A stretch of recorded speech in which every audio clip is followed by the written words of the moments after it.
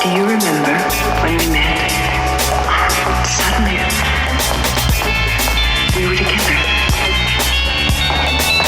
You and your damn gun. Don't ever touch this gun again. The outfit owns it. So you know how it is. You hit us, we hit you. Put your hands flat on the table. Who are you, friend? The hunter and the hunted. He makes my flesh crawl.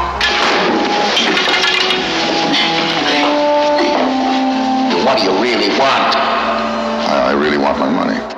Hey everyone, welcome back to another episode of Sleazoids, the podcast where we go down the rabbit hole of 20th century genre fare, from the most influential canon classics to the trashiest exploitation films we can get our hands on, and invite you to tag along, helping us create a canon of sleaze. Each week is a double feature grindhouse style where we discuss two films, loosely related by subject, genre, actor, filmmaker, or franchise, and at the end of each episode, along with our honorary Sleazoids, which you can become by subscribing on Patreon. We're talking Sean Connery in a red Speedo. Join the sleaze.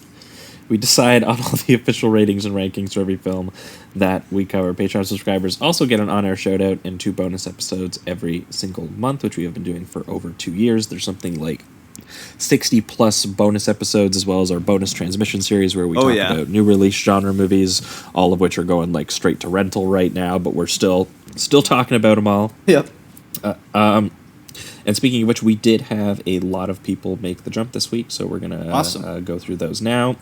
So thanks to William Zerno, Kat, Oliver Ryan Bowes, Alec Nelson, Stephanie Monahan, Zachary Kaz, Oscar, Devin Ogaz, Michael Leash, Kyle Mayers, John Flanagan, Michael Aksu, we're still going, James Harmon, Aryan Varma, and I think that's everyone. Wow, that's awesome. Amazing. Thanks, guys. So thanks so much to all of you for signing up. Hope you guys are enjoying the bonus episodes. That's the one plug for the week. The other plug, as always, is Apple Podcasts. If you guys are listening on Apple Podcasts, I know you are. I see the stats. While you're listening right now, scroll down all the way to the bottom and give us a good old rating and review. Helps us climb the ranks over there and find new listeners that way. Yes, please. Really appreciate that as well. But that being said, welcome back to the show. As always, I am your host, Josh Lewis, and also, as always, joining me is my co-host, Amy Miller. Welcome back, everybody. Yeah, we are back talking more movies this week. I think 2 weeks ago would have been the last time you guys would have heard from us, and we would have had Spencer Ryder on talking about sort of Hong Kong legends John Woo and Wong Kar-wai. We're doing the one Wong Kar-wai film I think that qualifies for this film or for the show, other than Ashes of Time. But we did John Woo's Vietnam War melodrama Bullet in the Head, which is basically like if The Deer Hunter had John Woo action sequences in it, and it is incredible. We had a long chat with Spencer about that one, and then we also talked about Fallen Angels, which was sort of like the deleted element of Chungking Express, about sort of like the Hong Kong underworld nightlife, and it's like basically Wong Kar-wai making another one of his dreamy romantic drama films, but about a character who feels like he has stepped out of John Woo's The Killer. So we had a lot of fun talking about both of those films, and then last week for your guys' bonus episode over on Patreon, we would have got real down and dirty, and we talked about some no-budget cult genre films. One, Combat Shock from 1986, kind of going off of Bullet in the Head's Vietnam War theme. Incredibly Combat bleak Shock. And depressing film. Yeah, Combat Shock is like more of a Taxi Driver or Rolling Thunder, sort of like PTSD revenge style mixed film. With Eraserhead. Somehow. But yeah, mixed with like these really low budget horror elements that are more just kind of downbeat and sad, and even when it gets into sort of like the violent revenge qualities, it's just, the whole thing's just really depressing. It's not very exciting in any meaningful way.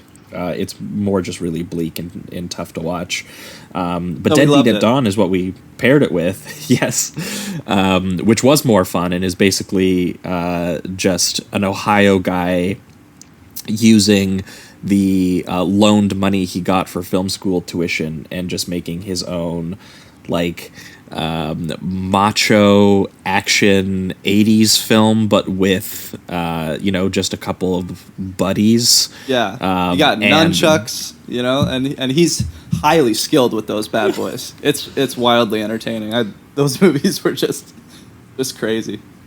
Yeah, we had a lot of fun talking about that, especially because Dead Beat at Dawn eventually like turns into a bit of a splatter film with him like ripping out jugulars and doing like these insane stunts that probably should have killed him, and especially because we know how low budget the film was, definitely were not done safely.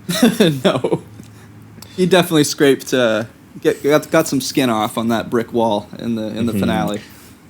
But yeah, if you want to hear us talk about some really, really grimy, no-budget, gross exploitation films, we talked about Combat Truck and Dead Beat at Dawn at the Patreon last week. Patreon.com/Sleazoids podcast if you guys are interested in that episode.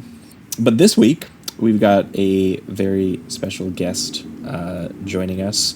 He is a once and future film professional. He is a sometimes freelance writer for CinemaScope. He also hosts a podcast called The Roycast, which breaks down and recaps episodes of one of my personal favorite recent shows, Succession. But joining us this week is Brendan Boyle. How you doing, Brendan? I'm good. What's up, guys? Nothing much. Ready Welcome to the show. We're glad to have you. Yeah, glad to be here. As the show goes, we have the guests bring the double features with them, and I know that you've had this one planned out for like a long time, and it took me a while to kind of like slot it in. But what two films have you brought with you this week, and why do they pair together? One of the first things I set for myself as a project in quarantine was to finally work my way through all of the Parker novels. Parker is a character created by the prolific crime writer Donald Westlake. Wrote about under the pen name Richard Stark, a master planner of heists and a career criminal. So I picked the two films that I think are the most artistically, creatively successful films that have been adapted from those books, which have been adapted many times. The first is Point Blank from 1967, adapted from the first novel in the series titled The Hunter. And the second in our double feature is 1973's The Outfit, adapted from the third novel in the series of the same name.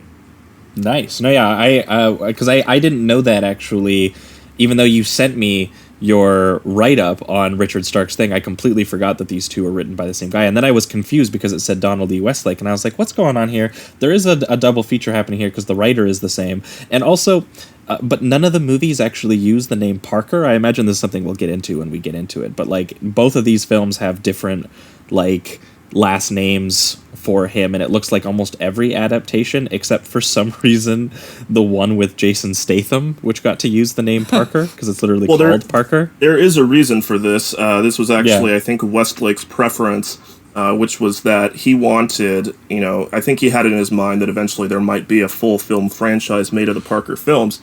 So he said, if you're just going to adapt one of the films, then don't use the name Parker, because I want to save that, if somebody's going to do a proper series someday. So the 2013 Parker film with Jason Statham was actually made after Westlake's death in 2009, which I think has that name. Oh, so they could get away with it. Right. The estate changes hands. Well, that just leaves a bad taste in your mouth. Yeah, that's kind of a bummer.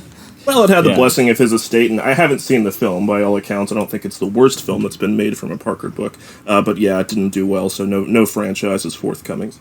Well, we're very excited to get into these ones here, and I was also excited to see that it looks like Robert Redford once also played the character. How's that one? The Hot Rock? So the Hot Rock is not a Parker novel, but the origin is similar. Westlake's other long-running series was about a character named John Dortmunder, who Redford played in the Hot Rock. He actually started that out as a Parker novel, but the Parker novels are very terse, very, sort of to the point, emotionless, not a lot of time for comedy or personal business. So he started writing this plot in the Hot Rock about a gang of thieves that try to steal a precious jewel, and they keep losing it, so they have to steal the same rock like 5 times, and it gets to be a really terrifically funny farce. but he thought this is just too funny to be a Parker book, so he created this sort of sad sack thief character named Dortmunder, who he ended up writing about 20 novels about too. And the Hot Rock was like there are other Dortmunder films. I don't think any of them are terribly well received, but the Hot Rock is still, I think, well thought of. Nice. Well, I'm definitely going to be checking out more of Donald E. Westlake, and I'm excited to get into the films we're going to be talking about today. And that being said, I think we are just going to jump right into it. We are going to start off here with Point Blank. Point blank range. What do you want from me, Walt? You're supposed to be dead.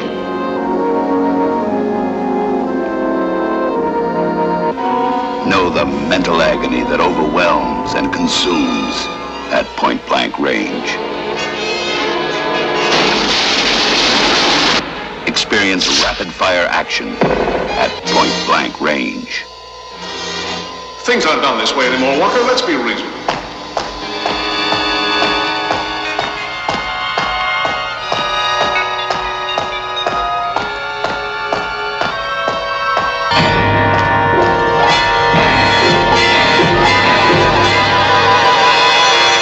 All right, we are talking Point Blank, the 1967 American crime film directed by John Boorman, starring Lee Marvin and co-starring Angie Dickinson, Keenan Wynn, Carol O'Connor, adapted from the 1963 crime noir pulp novel that Brendan mentioned at the top of the show by Donald E. Westlake, but the particular book here is The Hunter, which he wrote under the creative name Richard Stark. Now, Brennan, you might be able to correct me if I'm wrong here, but this is Boorman's first Hollywood film, American film. Yes, it's his first Hollywood film. The only film he had made prior to this was a film that was a vehicle for the Dave Clark 5, I think called Catch Us If You Can, something like that. So it was very interesting that he was selected to make this movie that was the product of a meeting between him and Lee Marvin when Marvin was on the set of The Dirty Dozen in Europe. Yeah, and this is going to be our third time talking about Lee Marvin specifically, because we already have done an episode on The Big Heat, where obviously he has that very infamous scene where he smashes the coffee pot over Gloria Graham's face, and he's very scary in that film. He has quite a presence. And then we also talked about him on The Dirty Dozen, which we liked him a lot, which also, it would have came out the same year as Point Blank here, so the production on this must have been pretty fast. And from what I understand, the basic thing that happened there was that the studio, they thought that Lee Marvin was really perfect for the role, and they really wanted him, but they couldn't really reach him or contact him. So that was how John Boorman got involved, is that John Boorman was already in Europe, where he could go to the set of The Dirty Dozen and talk to Lee Marvin.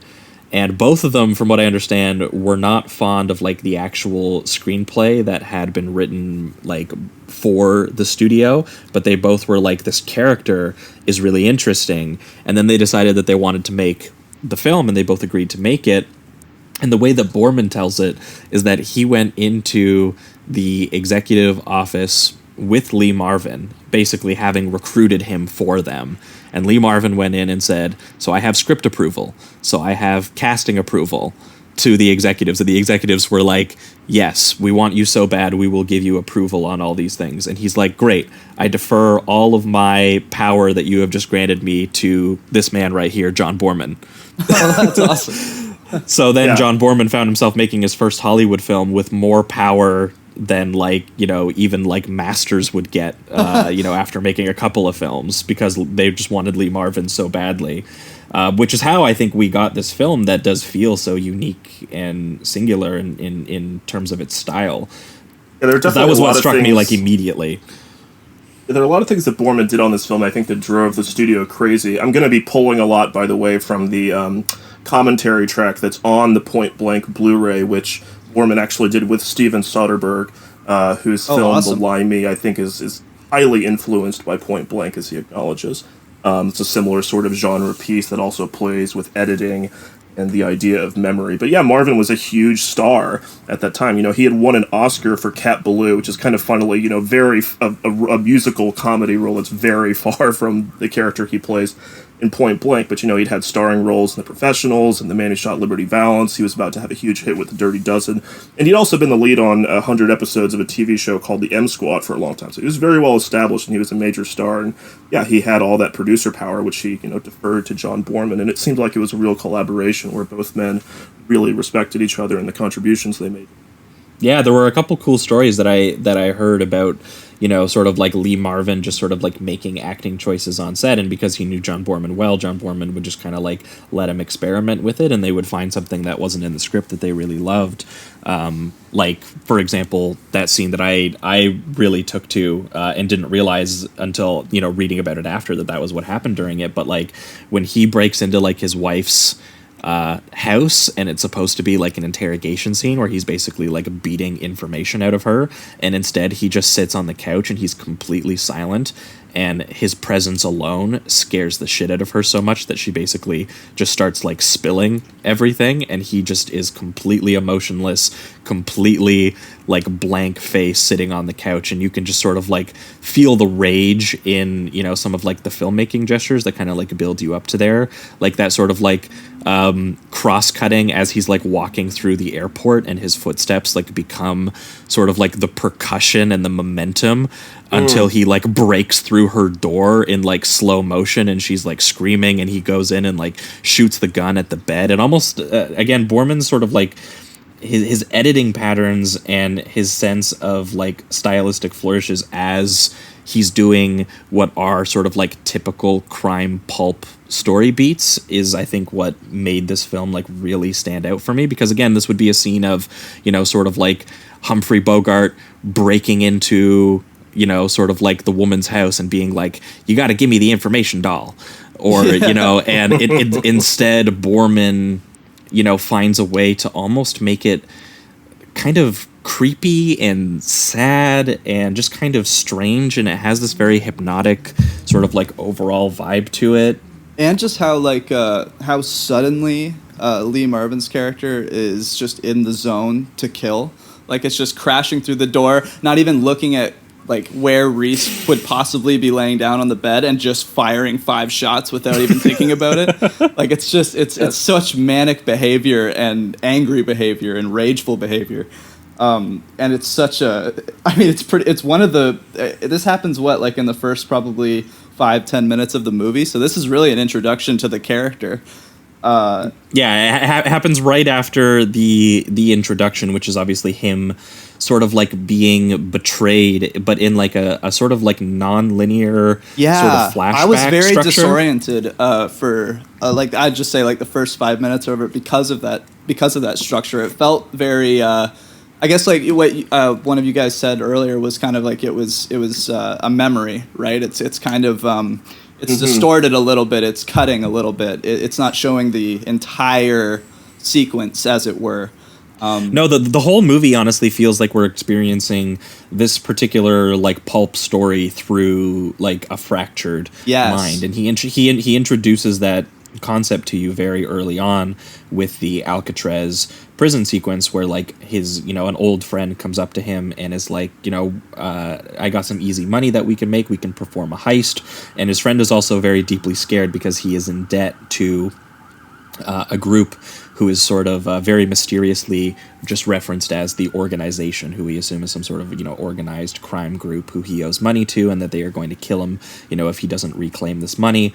And he tells Lee Marvin's character, he's like, I'll split the money with you, and they do this on Alcatraz. And from what I understand too, Alcatraz had been closed for a number of years too, so it wasn't actually like a working prison anymore. Yes, and this was the first time I think a film had actually shot on Alcatraz. So wow. Well, I mean, the location work in general for the whole film is like very gorgeous. Yeah. And especially the way that Boorman just really highlights like these really sort of like stark concrete structures and architecture, and like the barbed wire, and the way that he uses sort of like the lines of, the way that the locations look and stuff. And he always finds ways to make sort of Lee Marvin, who himself is, we've talked about before, he's a very large man. He has a very imposing presence just on camera in something like The Dirty Dozen or The Big Heat. But in here, you will find Boorman, he takes advantage of that by making him, the way that he moves through a scene, the way that he, will walk into a room and immediately, just start like assaulting someone or something. And he definitely takes that to his advantage. But the way that he also dwarfs him in like these very negative space oriented compositions of like Lee Marvin, for example, like hanging off the barbed wire fence on Alcatraz, like with like the bright blue sky in the background, or him like swimming, looking like he's about to like swim his way off the island, which then cuts to him being on the boat where he's listening to a tour guide basically explain that swimming off the island is basically impossible, and they think sort of in sort of like a historical sense that maybe like 2 people have done it before, but nobody knows if they even survived it because no one's found them ever since. So they do give like this character like a larger than life kind of presence, while at the same time being like, this guy is very clearly sort of like trapped in some sort of like concrete hierarchy that is just a river of money and death. And speaking of that, like that kind of concrete hierarchy too, that like the sound design in one of the sequences when he's traveling in the beginning, where they like at first it's him down this like long hallway and you hear the footsteps echoing, and then as that scene progresses, the footsteps keep going and the sound, but it shows him like driving to certain places and doing other things.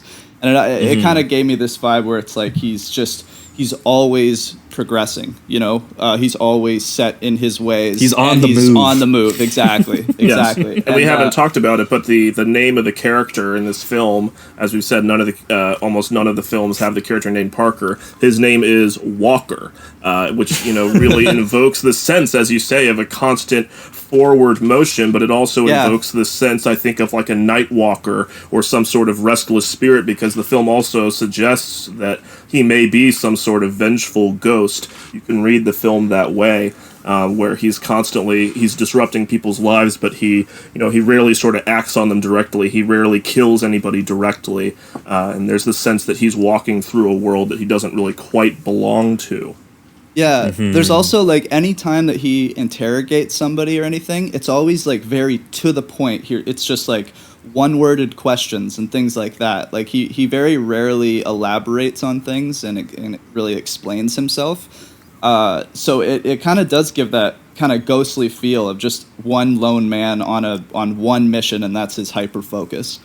And it's frightening. Well, and what's kind of funny is that like the mission is obviously that he is after the 93,000 that he is owed, because that heist goes wrong with his friend Reese, and Reese shoots him to take all the money to pay back the organization, and then also takes his wife. Hell of a move, bro. He was very ultimately betrayed, we'll say, in the opening sequence of the film, and the rest of it is him just sort of getting revenge for that. And there is sort of like, again, because of the way that John Boorman is constantly in his style, like sort of like having these strange interruptions of sound and image based on sort of like where his mind is at, but also where what his body can like sort of physically do. And it does start basically when he gets shot in his prison cell, which is an image that we like return to so many times throughout the film. He actually returns to it once waking up after having sex with Angie Dickinson's character, which is something that summarizes his character a little bit. But when they have that thing where I think he's like falling and he thinks that he's dying, he's been shot, he looks up at like a stain on the concrete on the wall, and then he says something along the lines of, "Did this happen? A dream, a dream?" And then we get images like frozen in time of like the steel grates and the broken glass and crumbling walls and the barbed wire and like everything about this prison. And that basically just launches you into, he's going to escape from that, and he's doing it for this money, but you never get the feeling that he really wants or really needs money. You never get the feeling that like he's really interested in that, or that honestly he's even that particularly like emotionally enraged by the betrayal or by like almost like a principle thing. It's just like he has to die. It's an ethical thing for the character. his professional ethic is owed that money. Yeah. And there's the incredulous reaction of all the gangsters in the movie. Like you're antagonizing this national crime organization, people all over the country who want to kill you for $93,000. It doesn't seem like that much. Obviously, it's too much for them to just pay him off and make him go away at first. But it's not. But it doesn't seem like enough money to risk this kind of havoc. Yeah. Yeah, well, I also like, too, that the series of events of him, like, getting a lead and going to the next person, like, he goes to, like, a used car salesman who he thinks was maybe Reese's contact and who Reese owed money to. The way he interrogates that guy, it's just unbelievably hilarious. The stopping and starting the car, and the shot, too, because the camera's, like, trying to follow the car, but the start-stop kind of makes it a little bit shaky as well. And the dude's just rocking back and forth. Yeah, he couldn't even answer him, like, if he tried. Right. Like, there's some being really so interrupted by it. Physical comedy to that, honestly. It was pretty funny. Yeah, but the thing that's also kind of farcical about that whole situation is that every single person he goes to knows nothing. At most, everyone knows the person that they report to. Yeah, they know, like, a name. But, like, nobody... Yeah, nobody knows, like, the next way... Like, he's basically talking to all the different people who sort of, like... have various levers on sort of like this sort of like track of money that he's trying to sort of like unravel. But like nobody knows anything other than like the next higher up guy who they report to. But every time he goes up to someone and he beats them for information, they genuinely really don't know anything. And they're like, "What? I don't have the cash to pay you. I give all my cash to that guy, and then I give all my cash to the next guy." And it's so funny how every time he goes to one, he's just like, "Someone's got to have my money." At one point near the end, he literally just goes, "Someone's got to pay. I don't care who it is, one of you." At this point, it's not even a personal grudge. Just give me my fucking money.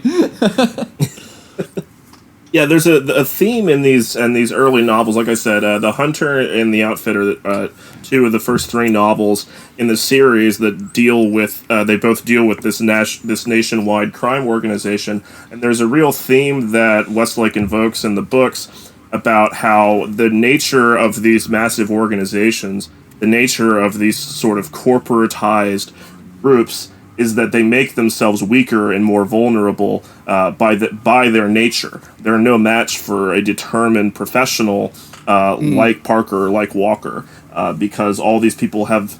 there's a great passage in the novel of The Outfit where he talks about this, where eventually these people stop thinking of themselves as criminals. They just think of themselves as guys at desks.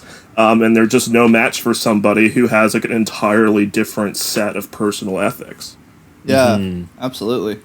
Yeah, you definitely feel that in this one, because like Walker, as like the way that Borman captures him as a physical presence is very different than the way that Flynn does, because Flynn is kind of we've talked about him a couple times too. He's a very sort of lean and blunt filmmaker. Mm-hmm. Yeah. Mm-hmm. And Borman, he is all about how style is going to physically capture, what he's trying to tell in his story here. And there is a sense that, Walker is just this interrupting force, and that every time he goes into a scene, he is completely disrupting every element of it. Like that scene, for example, when he goes into sort of like the club, and there's sort of like this, like, there's this light show sort of like happening on and a band playing.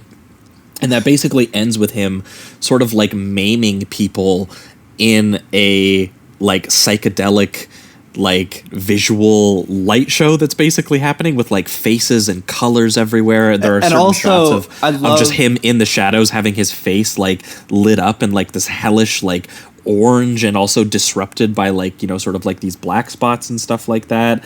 And he just goes in there and freaks everyone out. And I love that during all of this chaos that is showing with Lee Marvin's character, they go back to the singer, who is doing this like incredibly high-pitched, almost screamy, yelly kind of vocal style, and it keeps cutting back to him going to different people in the audience and doing this like back and forth vocal thing, and none of the people in the audience can pull off what he's doing. So it kind of leads to like a little bit of some more comedy, honestly. While some of the like this And while Lee Marvin is fighting, they have this like projection thing going on in the background too. Is that Yeah. same scene with the woman? Yeah, it's the same women one, yep. screaming.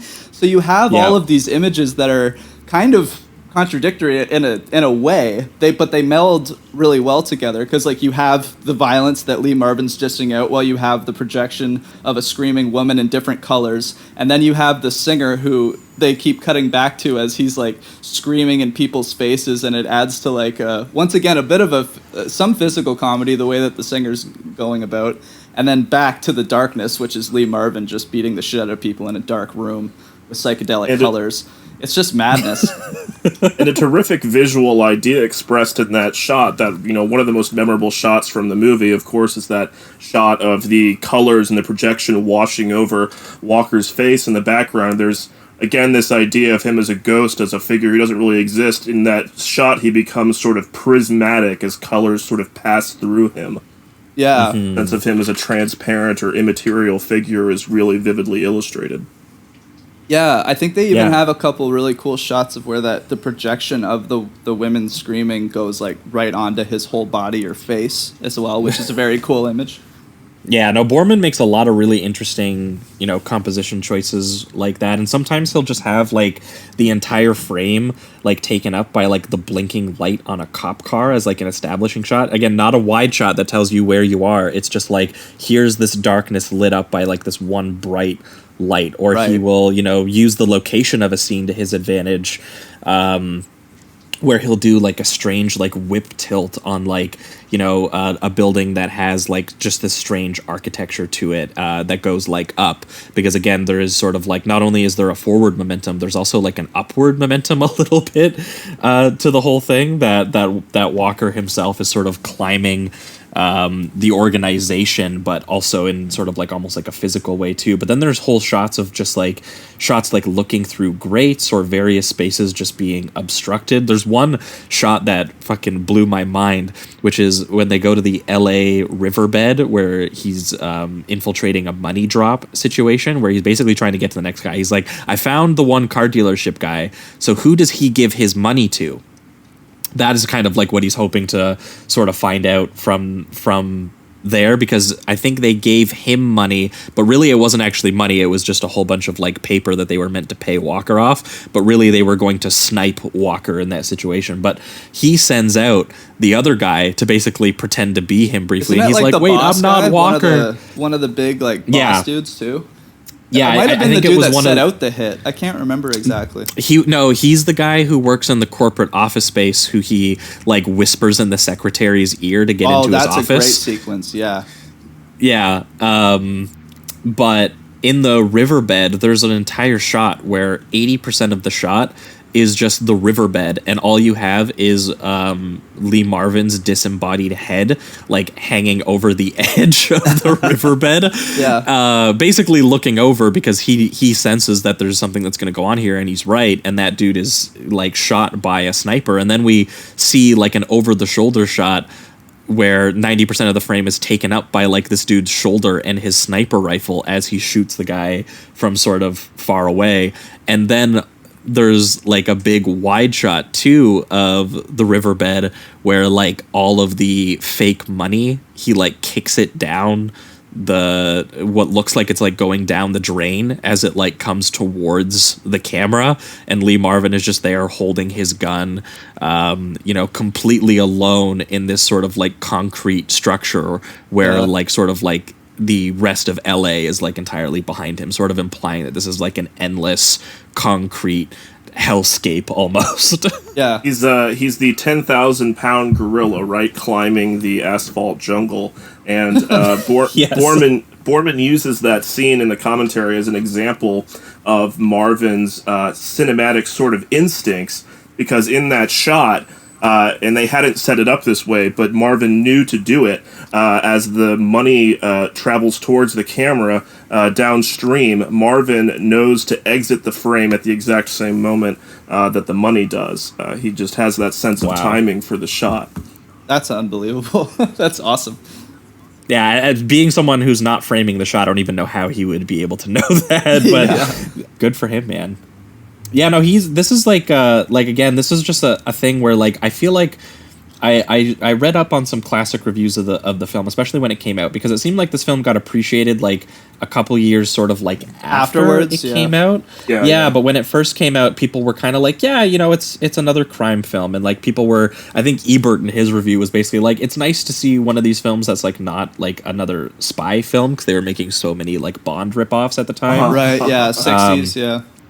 But yeah, he was basically like, yeah, this is just, it's a pretty good classic noir film. And I was sitting there going, and how does someone think that and like watch a classic noir and then watch this, and you don't see how like what Borman is doing with the camera and how completely different it is. He almost has like a new wave sense of like experimenting with the editing, with the composition choices. Like, especially by once we get, you know, closer to the end and stuff, where as things are happening, he just starts to cut in like images of the past, and like for instance, he'll start to, when he's asking people like, you know, where's the money, like give me my money, it starts to cut to all the times that he said that to other people, and so you start to get this like, you know, I love that. Yeah, it's awesome. It's like a pile up of all these moments that have been leading up to this, and really like. I guess he doesn't necessarily come out empty, but there's a cyclical element to it, right? Too. Yeah, for sure. Because he's just like, he's caught into this thing where he is just asking the same questions. He's doing the same thing. People are. I think 4 different people say, "You got to trust me, Walker," at some point, and all he gets is flashbacks of like Reese saying, "You got to trust me," before he shot him. Yeah. So he's like, "I've learned my lesson. No way." Yeah, that's definitely where it like comes to a fold, and like when he starts getting, you know, finding himself in the same situation over and over again, and it does get into a sense of sort of like meaninglessness. You're like, what is the point at this point, other than, you know, he has a sense of sort of like professional, as Brandon put it, ethics, and a sense of a professional, there's I guess a code, but also a sense of like he also has a lot of clever, I guess, instincts about it at the same time. Yeah. But and there's this weird thing where, like, you know, he's going through what should just be a passionless, and what is, you know, for him sort of like an emotionless ordeal. Yeah. But it's overtaken a lot by like his brutishness and his sense of sort of like violence. Like there is that scene too where he does come across, I think it's Reese, and he pulls him out of the bed. Oh yeah, and points the gun at him. Penthouse. That was just like that was just an incredible. And that's that same moment scene where they have a little scuffle on the balcony rooftop, and then he unravels the sheet, and the guy just flies off of the building onto the street. It's a pretty crazy shot too, like of the guy falling. Like it's pretty well done. It's a very sort of new kind of special effect where they sort of insert the shot of him. You know, I don't know. They've got him on like a wire spinning around or something, and they're over a shot of the street that he falls onto. But it's another very pointed instance, right, of the violence in the film not being something that happens necessarily because of Walker directly. He may intend to kill Reese, but he doesn't intend to kill him at that moment. He just.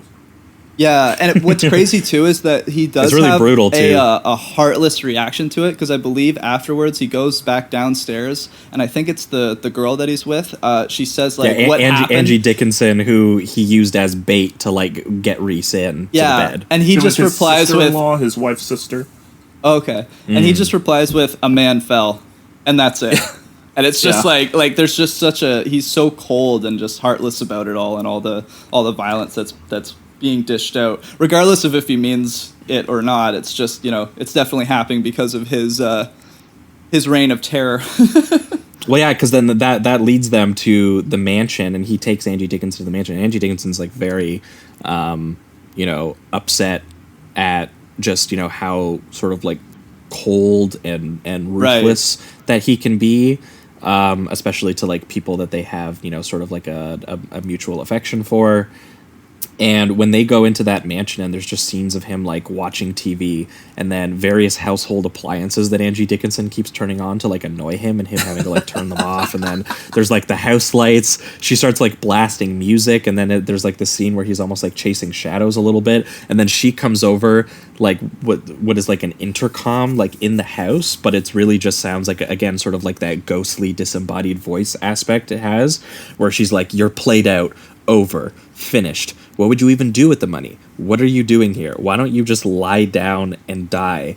And then that is what gets him romantic, because then he grabs her and, you know, they have sex, but it's done in, again, another John Boorman like stylistic freakout thing where they're rolling in the bed and he rolls and then it's him and his wife, and then they roll again and it's Reese and his wife, and then they roll again and it's Angie and Reese, and which is just leading him to like, I guess he can't feel involved with her, or he can't trust her because he couldn't trust his wife, so it's turned into an all women thing for him a little bit, just sort of in like the visual thing. And then that is when he wakes up and he's in his sort of what should be like, you know, his post coital bliss that his character should be in is interrupted by the memory of him being shot again, and then those guy breaking in, which launches into all of the memories flooding back as he's being like, someone's gotta pay me.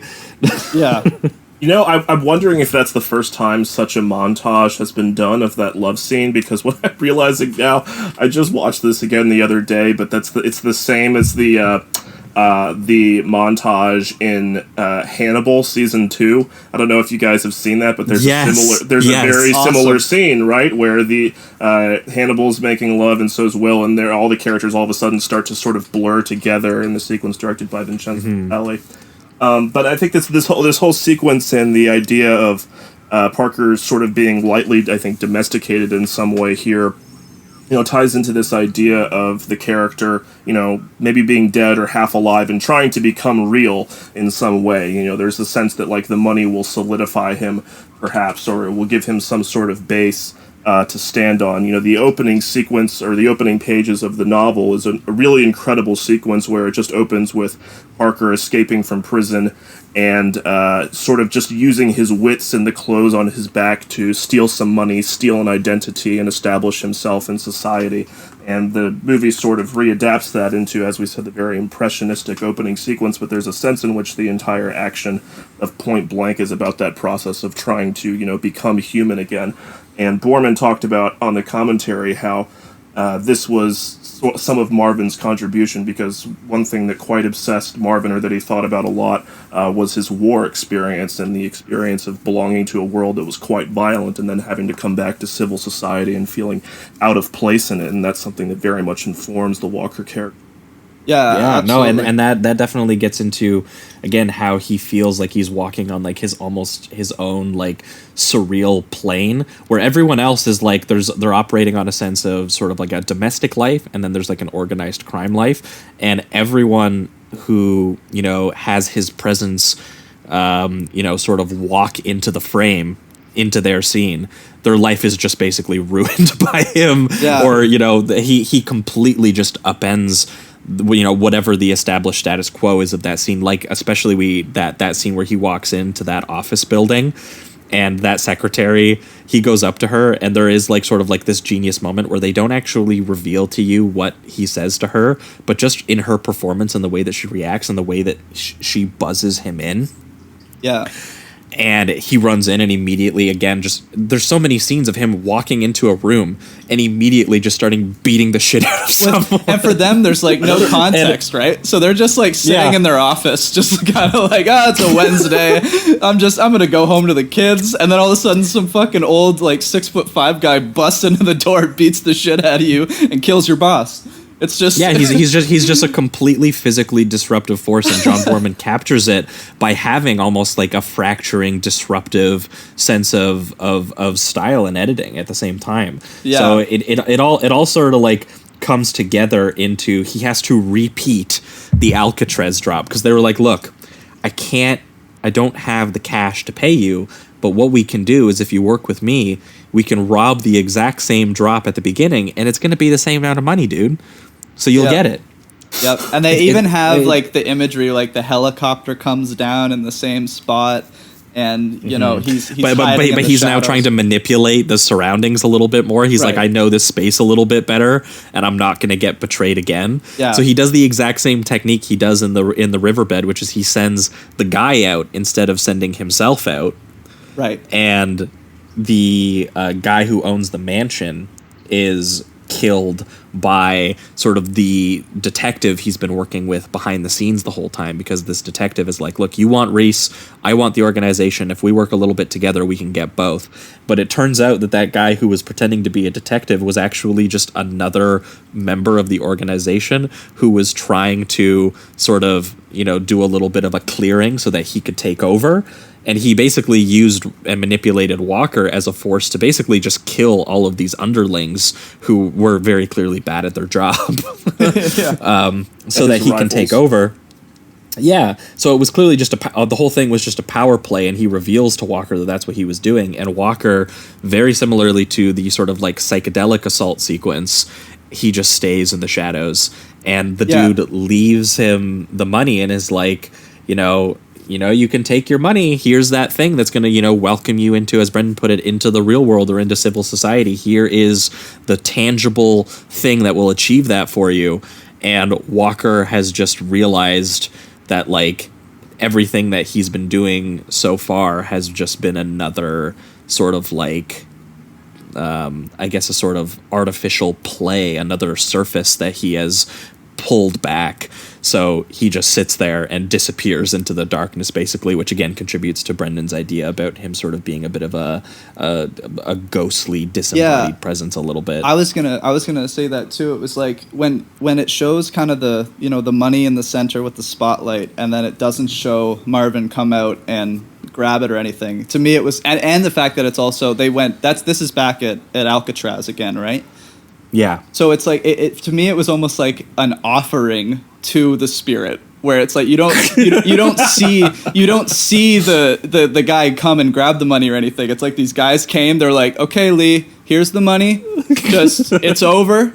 You can die in peace now. Now you can go to the spirit world now. Because it just felt like this was kind of like Alcatraz was his grave in a sense, until he went into the city and then started to wreak havoc, and then coming back he has his offering of the money, and then we don't see him again. And it really does give that really ghostly feel. It is right. Almost like he doesn't leave after the scene where he's shot in his prison cell. Because then you have that shot of Alcatraz again, and it's just that's the shot, and then the credits roll, and you are left with that feeling. It's like, did he ever leave? It's fantastic. I loved that. Yeah, I've kind of struggled with the ending. And to the brief shot before the shot of Alcatraz too, where it's just the guy's corpse and the money sitting in the spotlight center. Yeah, and that's it, and that's all you're left with. Yeah, literally, man. it was just like the everything that he did was just contributing to the river of corpses and money that he was trying to. In some way, I don't know that he had the mission to dismantle it, but he was effectively thinking that he was dismantling it while on his mission to basically, get paid back, repay a debt. Well, he becomes implicated in the organization, right? Basically, the money no longer symbolizes for him what it did. The resolution of this debt, the paying of this debt, or this thing that would give him some kind of independence or material standing. Now it's payment for a job done, right? Now he in a sense has been working for this guy Fairfax, played by Keenan Wynn, and I think that's really the main reason he doesn't take the money, because he doesn't, a hired gun. He doesn't want to be one of these organization guys, and it goes against his personal ethic. But yeah, it's quite a haunting ending, in the novel. Originally, this was written as a standalone novel, and he was arrested at the end, and it was his publisher who said, I need him to to live at the end to be free, so that we can make a series out of this. So Westlake wrote this sequence where like he goes to pick up the money, and there's like 20 guys there to ambush him, and he just like murders all of them and gets away. Nice. Yeah, I think if you go to the Westlake website, there's actually like a little infographic that shows you the body count for each of the Parker novels, and this is like This is like twice as big as any of the other ones, I think, just because of that sequence. Oh my god, that's crazy. But yeah, I think this it's a very tricky ending, and I think it may be possibly one of the reasons that the film was not well received at the time, just because it's so ambiguous and mysterious. It's a very unconventional resolution where you really don't know what happens to Walker after that. Right. But it certainly works, I think, for the atmosphere and for the approach that the Boorman took. Absolutely. Yeah, no, 100%. And pivoting towards the reductive rating round, which for you, Brendan, is where we remove all the words, all the nuance, and reduce the movie between a number between 1 and 5. But it's also turned into like closing statements, and if there was any scenes or lines that we didn't get to that you wanted to bring up before we wrap. Anything you want to gush over. Yeah, anything that was kind of left for us, because sometimes throughout the discussion we end up missing a scene and then we remember it just at the last minute. But for me, this was a first time watch for me, and this got the 5. This got the 5 for me because nice. I've seen a lot of noir, and this one, like, stylistically. And I had seen a couple Boormans now, and watching Boorman, I had always been like, he does have like this just absolute sort of like surreal freak out kind of style, and we talked about it when we did Exorcist 2, and I've always just been waiting for the film that it really merges with in a way that it like really transcends and helps it. And I think that this was perfect, where they looked at a screenplay and were like, this is a pulp crime thing, and it doesn't appeal to us that much, but if we bend it to Lee Marvin as a presence, and we bend it to me as a filmmaker, and we do it in a way that suits our vision of this character, which really jumped off the page at us, even if the adaptation or whoever wrote the original screenplay didn't. What Westlake wrote in this character very clearly jumped out at them, and the way that they just captured that, and they captured that a little bit of a sense of professionalism, but contradicted by sort of like an impulsive brutishness and violence that contributes to an overall sort of like nihilism about sort of like the organized crime that he is pursuing.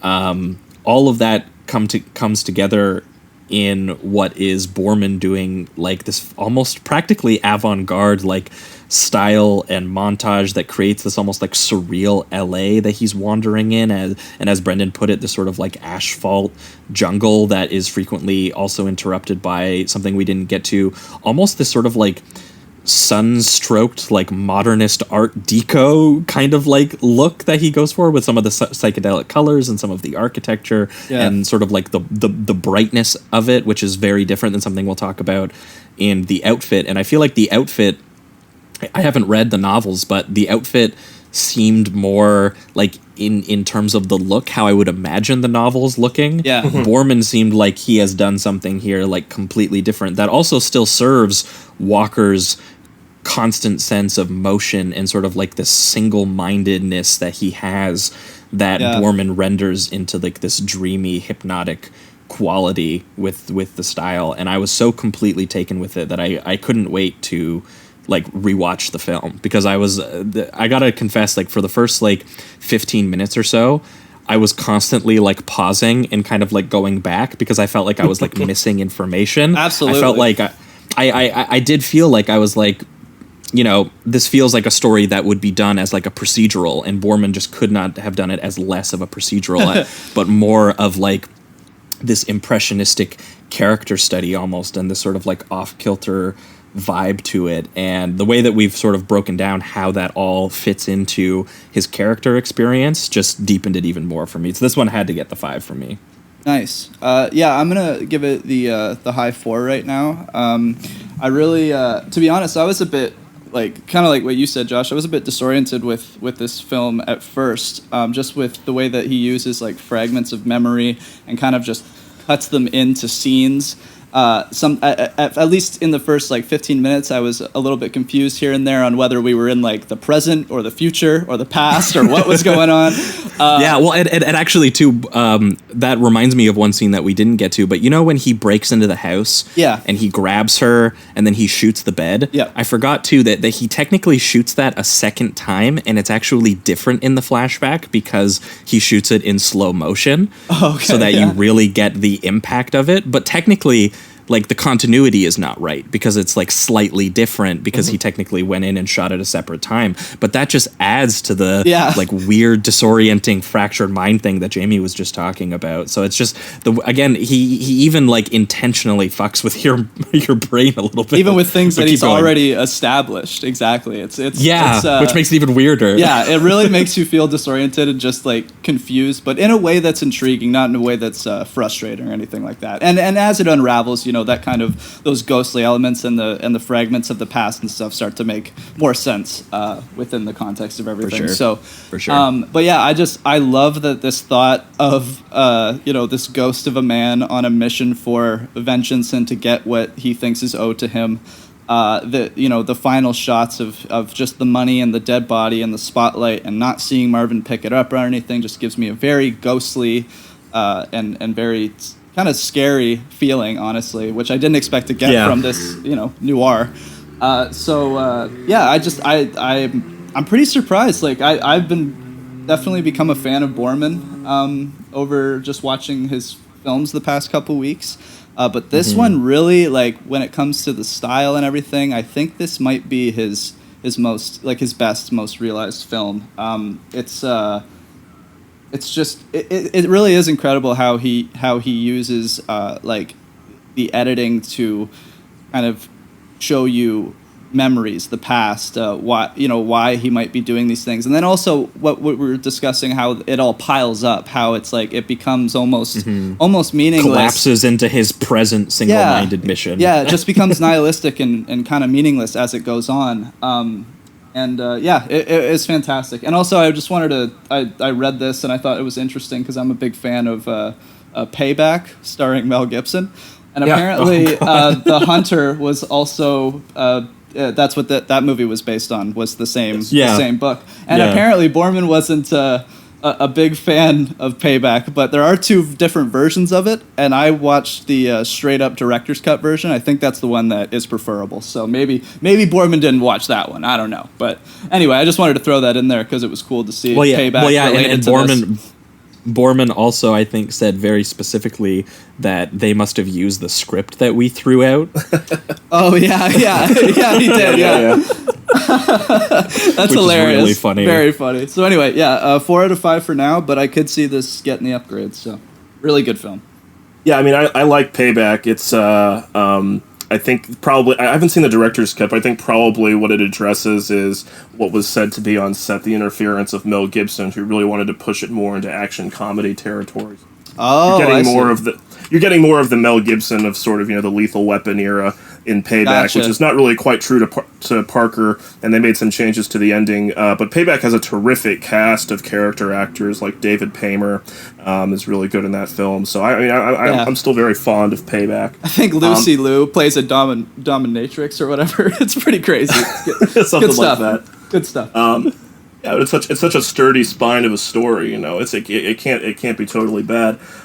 For me, Point Blank, I mean, I saw this film, I think, when I was 15 or 16. This is one of the movies I saw when I was first getting into, I think, like, cinephilia properly, and had found some online communities where, this was one of the first things that was recommended to me by people who had, seen a ton of things I had never heard of.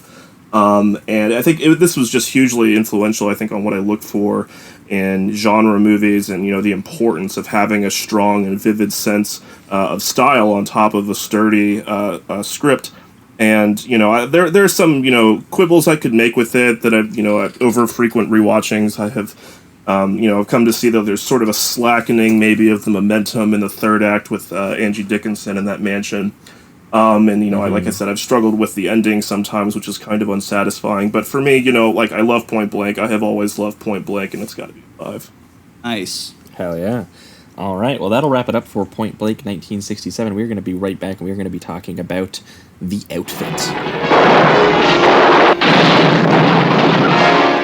You and your damn gun. Don't ever touch this gun again.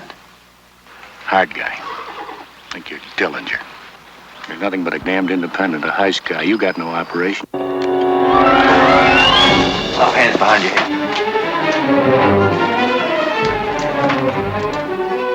Macklin and Cody, independent professionals who've got the guts to fight back.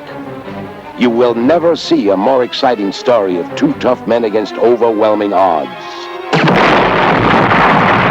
The good guys always win. The Outfit. All right, we are back, and we are talking The Outfit, the 1973 American neo-noir crime film directed by John Flynn. The film stars, this time, Robert Duvall, which was sort of an interesting casting, as the Parker character, this time not named Walker, but named Macklin, just so you know that it is not a sequel to Point Blank. But it also stars Karen Black and John Don Baker, and Robert Ryan makes an appearance. This is directed by John Flynn, and this has got to be our third time talking about John Flynn. I think so. Really early on we did Rolling Thunder, which is just personally one of my just favorite Vietnam style exploitation films. Good. I think that is like a perfect merging of Flynn's like very lean, blunt, and a lot of the time, sort of, I would say, messily violent kind of style of film. But we've also talked about, maybe not unfortunately, because it probably is my favorite Seagal film. We did talk about Out for Justice, which is just a testament to Flynn as a filmmaker that he could make Seagal like that movie's so close to being great, honestly.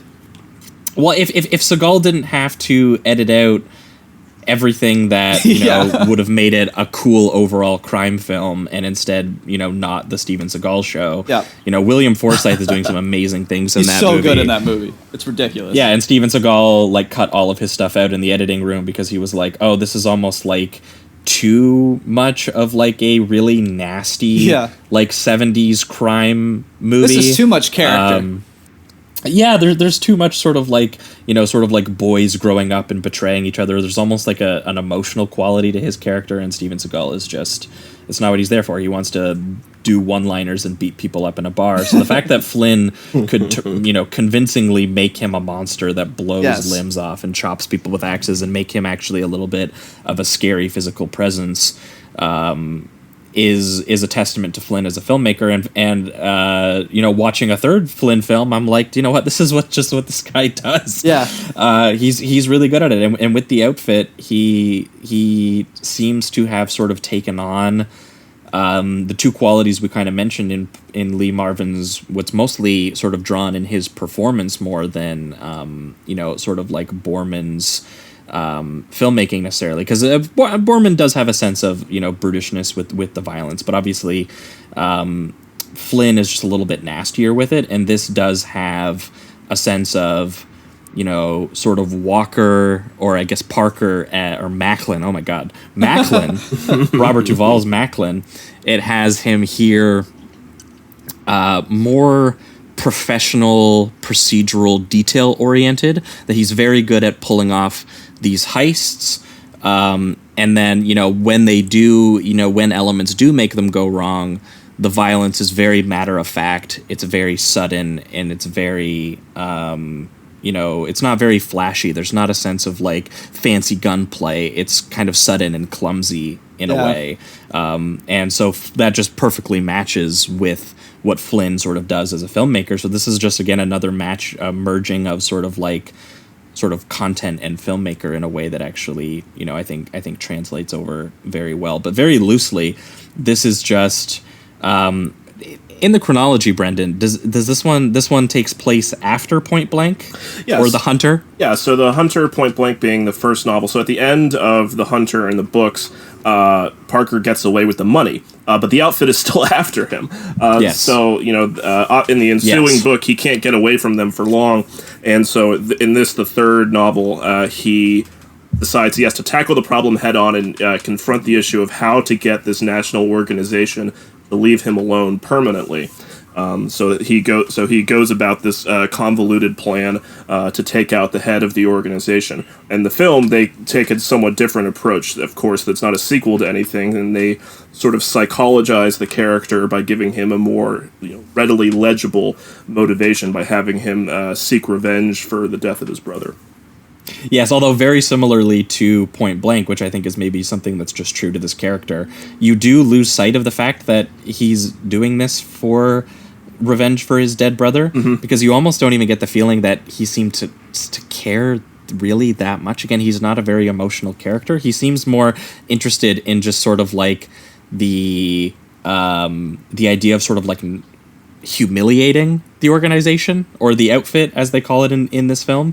That there's just a sense of like at a certain point, this just turns into an episodic structure of him pulling off heists designed to just annoy the outfit, and that's just all he's doing. And he's not like doing it out of a sense of like, you know, he's not screaming, "You killed my brother" at anyone. He's kind of like he's completely smirking calm about how clever he is through most of the sequences. So like there is the sense that, similar to what Lee Marvin was doing with the character, that you don't even know that he's that upset about the betrayal, or he's even really wants the money that badly. They make a little bit more of a material case for him wanting the money here by getting his partner involved, and like, you know, him recently coming out of prison and obviously not having a lot of money. You do get the sense that, you know, he probably needs it to do his sort of like Bonnie and Clyde thing, which seems like sort of like the end goal of maybe him as a character in this film, is that he just wants to travel around with Karen Black and you know, pull off heists and you know, go to restaurants. Although that seems to change by the end of the film, it seems, which we'll get to, I guess. Yeah, we'll definitely get there. Seems to have a mind change. The main thing that threw me a little bit in this is that I really liked what Lee Marvin and John Boorman did with the character in terms of making him sort of like this sort of almost mythically disruptive kind of like presence throughout the structure of the film. And in here with Robert Duvall, you do get something that's a little bit more, he's still kind of cold and professional. Yeah. But you do get a sense that, you know, he's a little bit more, you know, if that whole movie was Lee Marvin trying to make his way to reality, this is just the more realistic version of this character, I feel like. Yeah. Well, Duvall is just, you know, Duvall's a great actor, and, you know, to talk a little bit about the performance and the character and his particular interpretation, I mean, you know, the one big difference is, you know, Duvall is a short king. He's not physically intimidating in the way that Lee Marvin is. He's not the 10,000-pound gorilla. He's balding. He's a little bit shorter, you know. But one thing that he gets exactly right, you know, is just the coldness of Parker that is described a lot in the novels. He has these very dark, beady eyes that are very calculating. He rarely smiles. The dialogue really assists in this too, especially in the first sequence where he's driving with Karen Black and he's just asking her very short, you know, monosyllabic questions about what's going on. There's a, you know, I really think of Marvin as the Parker of the books. There's a line in the opening pages of The Hunter where he says that Parker's mouth was a quick stroke, bloodless. And I really think of Marvin when I read that. But in attitude, I think that, you know, Duvall is exactly right, and he really gets the character's intelligence, which is not something that is used so much in Point Blank. But the novels are married so much to Parker's thought process and how he plans and thinks through every step of a heist, because his particular genius is really for, you know, being detail-oriented and for understanding the psychology of the people that he's robbing, you know, who can be a particular help to him, who he can intimidate, you know, how to manipulate people and certain. That, I think, is what is really, really well evoked in this edit. Yeah, no, I mean, when it turns into sort of just like an episodic sort of procedural of heists, like that was some of my favorite stuff, 100%. Like when he just like robs the card table, but it follows the steps with how he gets his way to the card table, where like he basically like introduces himself as I forget where he gets the name from. I think he gets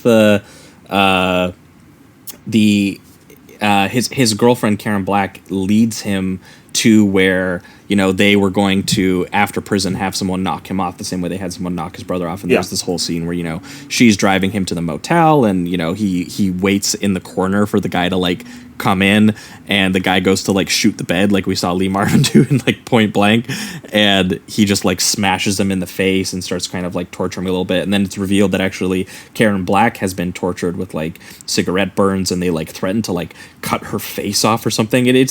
Flynn does have a little bit of a sense of like like he likes the nastiness, even if it's only implied in something like that.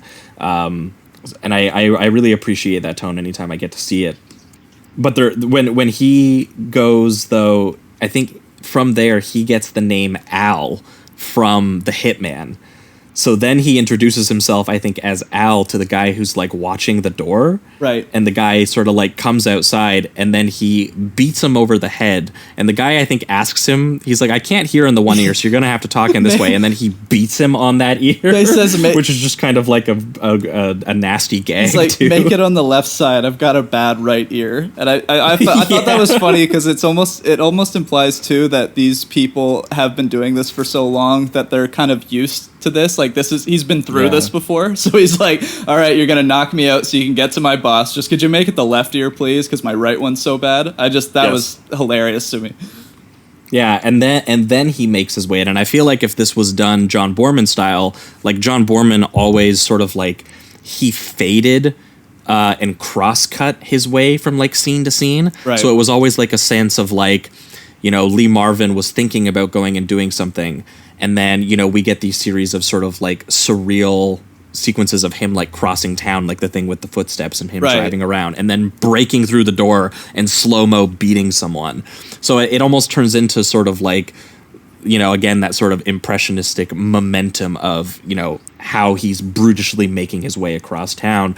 But here we actually do get to see the character plan. We do get to see the character actually make decisions to make his way in, to use the cleverness to manipulate the people, manipulate the space a little bit, and then also kind of just be an asshole about it. Like when he takes the card game, he couldn't like be trying to piss them off more. Yeah. I think he even ends up shooting one of the big boss guys, Jake, in the hand, I believe, too. Yeah, yes. Yeah, he says you shouldn't use a girl's arm for an ashtray and then shoots him in the hand. Yes, the heavy, who I think ordered the hit, is played by Timothy Carey, who is a veteran of genre films, who was an Ace in the Hole and The Killing, and this is where you start to see this sort of pattern accrue, where not only does this film have a really great cast, but it almost sets up the outfit as being representative of kind of older style or old-fashioned values by having these veterans of films noir like Timothy Carey and Robert Ryan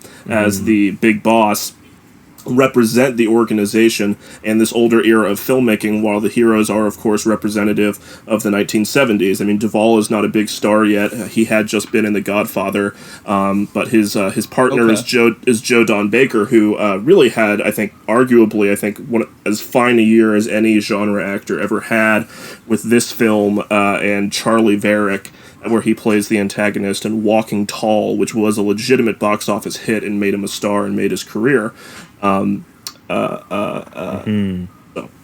Yeah, and I appreciated his presence a lot because, like, as you said, like, the way that Duvall is obviously playing this character, which sounds like it's correct, he's playing it very cold and very calculated, and so Joe has to kind of bring a little bit of like a foil to that. He's a little bit of like he's got a bit of like a southern charm to him. He's got a charisma to him that, you know, it makes them a little bit of like an odd couple, bit of a situation. You honestly wonder exactly why they were partners, but then it's funny to watch him like bring that occasionally out of Duvall, like when they pull off a heist and they're both like laughing about how well the heist went as they're like driving away, and Karen Black is like freaking out because she just had to like run over two people to save them. Yeah, she gets after to the that point heist. where she's just like, don't touch me, don't talk to me. She's so sick of their shit. It's unbelievable. It's very it's kind of funny if you didn't know how it tragically ends. Yeah, it's unclear to me in the film how well enmeshed the Karen Black character is meant to be in the criminal life. She does operate as a driver for them in one heist, but it's not clear to me if she's doing that once, if that's her usual role, or what. This is a character who doesn't exist in the novel. Parker is almost always free of romantic entanglements during his adventures, although about halfway through the series, he does acquire a steady girlfriend, but she's almost always at home and left there for the duration. Okay, because I will say this, like the way that it goes down in this movie, like they have the kind of shooting sequence with Jake and his crew, and they get away, but she ends up getting shot and dies, and there isn't really like it's obviously sad, but the way that Duvall's character reacts to it is very just like it happened, and we move on. Which I think just clarified his character more for me. Absolutely, because it's like he's just. I mean, he treated it as it's like a part of the profession, I guess, that he is a part of, and so we pay our respects and we move on, regardless of the fact that they had, some type of relationship with each other. So. It's definitely treated cold, and then they move, and then he kind of just moves on to like kind of just being with his partner now. He's just kind of like let's do this heist, and we'll have more nuance around it. But we have that ending shot of them smiling and laughing together as they break out of the last heist and kill, and they're happy as hell. The good guys always win, Yeah, So, and the line at the very end when he since we're talking about the ending, when he eliminates Robert Ryan's character, as his wife says, "Why did you do it?" And he doesn't mention his brother. He doesn't mention Karen Black. Right. He says he owed me money. He owed me money. Yeah. Which is quite clarifying, and it's it suggests that these things like the girl or the dead brother, etc. These are really nothing more than screenwriting conventions that are necessary to initiate the action, but they're really not fundamental to who this guy is and what this character is about. Yeah. No, I found that she was ended up being useful because of actually the scene where after, because the scene where she does die does lend a little bit of weight to that scene when the hitmen are posing as cops, and then they start shooting at each other, and then obviously they look in the back seat and she is just like a lifeless husk in the back seat now, and there does lend a little bit of like the sense of the collateral damage of what is happening is sort of stated there. Yeah. But the scene after and his reaction to that, where he goes up to basically like the coroner, and the coroner is like, yeah, and he's clearly paid him off and knows him well because he's gotten rid of bodies before. And he says, yeah, the death certificate's been taken care of. I wrote pneumonia. And he says, she's a pretty girl. Do you want to see her? And he very bluntly is like, no, I don't want to see her. I don't want any of her belongings. I'm going to let him take care of the funeral arrangements. Yeah. That he very clearly won't be attending. Again, he's just very coldly and methodically making sure that she, her arrangements are all taken care of after her death, but nothing beyond that. Yeah, and like she's pretty tragic when you really think about it too, because throughout, like even at the beginning, she seems kind of a little bit uncomfortable with the whole situation, and she even mentions, like moving on, getting out of the business, getting out of there, that kind of thing. And right before the scene where she ends up getting shot and killed, I believe she's on the phone with it seems like a family member of some kind, because at the end she says, "I love you too." And her father, she does seem like, okay, her father, it does seem like there is a sadness, and also that she has a worry for what's to come in the future. And so, like, she's definitely a more tragic character than I would say like Duvall is, whereas he's more like just going through it to get to his ending, goal, and he'll go through anyone in order to do that, and including the people he supposedly cares about. Yeah, well, and also the screenwriting convention is very clearly, sort of evoking like a Bonnie and Clyde type thing. But what's interesting is that you get the feeling that she is the one who feels that way, and he doesn't, is almost kind of like the idea. For sure. Is that she's more romantic about it than him, you're saying? And to him she's a tool. She of course, picked him up from the prison. She then operates as the driver, but she doesn't get to have fun the same way like they get to have fun with the heist after. Right. So there is this interesting thing where he is just kind of sort of like, again, manipulating sort of like the things around him, and you almost get a sense that he wouldn't even like go back to his old partner unless he sort of like had to. Yeah, and another tool. And when he gets him involved, yeah, a little bit. So there is a sense of that, and I'm curious, is that sort of like something that they address in the books at all, Brendan, or is that something that Flynn has sort of found his way to? You mean the relationship between him and his partner? Well, and just being a little bit, sort of like manipulating the people around him, even the people who might, we would say that they should be close to him. I would not say that Parker is a manipulative character necessarily with the people who are in his life. He doesn't like to talk, but he is honest about, what he needs to do. He's going to eliminate the risk to himself, so if giving someone information would create a risk for him, he won't tell them that. But he's not somebody who's going to manipulate somebody necessarily who cares about him, and he has respect for his partner, who in the novel is a character called Handy McKay, who Parker actually somewhat distrusts because, I guess, of how sort of fun-loving and emotional Handy is. He respects his talent, but he thinks that, Handy is possibly going soft. And I think after this novel, Handy retires to that diner that he's seen at the beginning of the film and continues to operate as a sort of contact for Parker and other criminal operatives. But I mean, he does have, he respects the people who are in his life, but there are not very many people, in that way. If there's somebody, if somebody gets killed on a job, and it's going to be a risk for him to take their body away, or if it's going to be too much of a risk for him to take care of them, he's going to leave them there, But, that's among people who share the same ethic that he.